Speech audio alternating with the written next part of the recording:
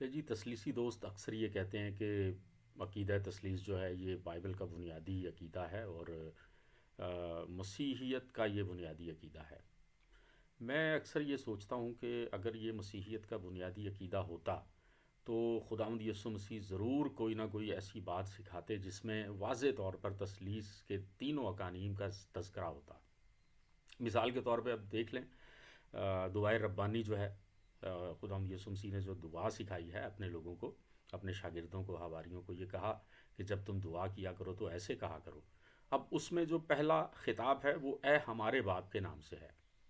اب سوچنے کی بات یہ ہے کہ تثلیث کا عقیدہ چونکہ باپ، بیٹا اور روح القدس تینوں اقانیم کا تذکرہ کرتا ہے، لیکن دعائے ربانی میں صرف اور صرف باپ کو مخاطب کیا جا رہا ہے، یعنی تثلیث کے مطابق پہلے اقنوم کو دعائے ربانی میں مخاطب کیا گیا ہے۔ اب سوچنے کی بات یہ ہے کہ اگر خدا مکمل طور پر تین اقانیم کا مجموعہ ہے، مسیحی خدا، تو پھر دعائے ربانی میں صرف باپ کو کیوں مخاطب کیا گیا ہے؟ باپ اور بیٹے اور روح القدس تینوں کو مخاطب کیوں نہیں کیا گیا؟ یہ ایک سوچنے کی بات ہے، اور تھوڑا نہیں، پورا سوچیں۔